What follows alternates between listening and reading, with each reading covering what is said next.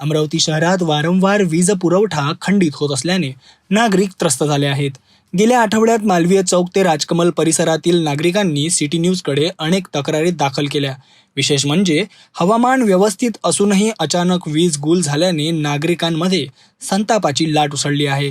या संदर्भात उपअभियंता वानखडे यांना विचारले असता त्यांनी तांत्रिक बिघाडामुळे मागील आठवड्यात समस्या आल्याचे सांगितले आणि यावर लवकरच तोडगा काढण्याचे आश्वासन दिले आहे. सर, यावर्षी जे अचानक वादळी पाऊस वाराचा या पूर्ण मे महिन्यातच सुरू झालेला आहे, त्यामुळे मागील आठवड्यात थोड्या तक्रारी वाढलेल्या होत्या. त्याच्यामध्ये काही तांत्रिक बिघाड सुद्धा झालेत.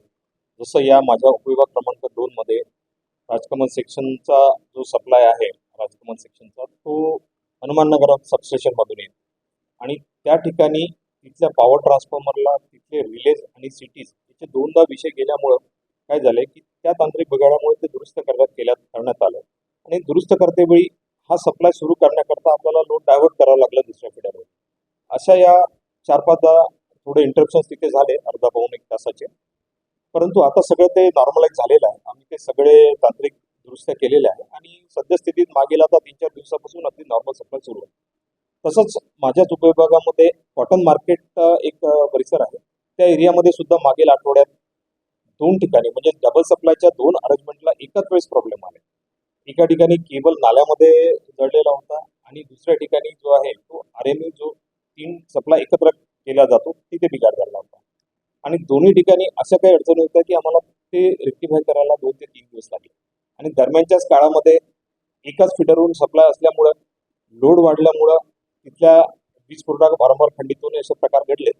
आपण त्याच्यावर सुद्धा मात करून ते सुद्धा तांत्रिक बिघाड दुरुस्त केलेले आहेत आणि तिथे सुद्धा आता नॉर्मल सप्लाय सुरू आहे. बरोबर आहे.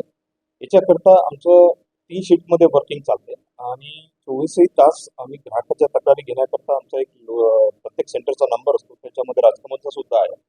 कुठलीही तक्रार गेली तर त्या क्रमांकावर तक्रार देऊन आपण ती तक्रारीचं निवारण करतो. माझ्यापर्यंत तरी अशी कुठली तक्रार आलेली नाही की आपण कुठल्या तक्रारीवर काम केलेलं नाही आणि त्यावर तक्रार घेतल्या जाते आणि संबंधित कार्यालयातून ती तक्रारीचं निवारण केलं जातं. दुसरीकडे शहरातील अनेक ठिकाणी विद्युत डीपी उघड्या पडल्याने पावसाळ्यापूर्वी मोठी दुर्घटना घडण्याची शक्यता आहे.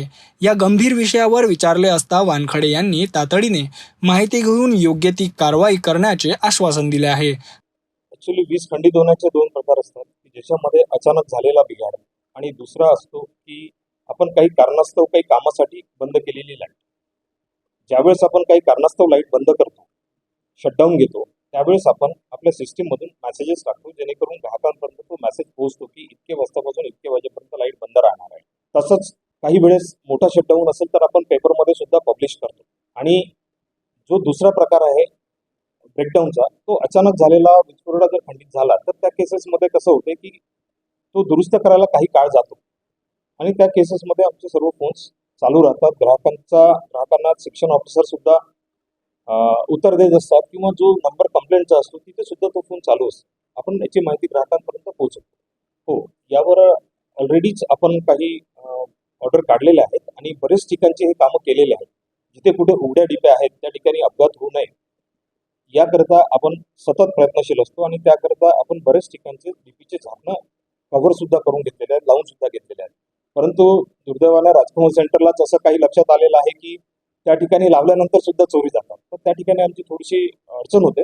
परंतु जिथे जिथे कुठे उघड्या असेल तिथे आम्ही काम करूनच राहिलेलो आहे आणि करणार आहोत.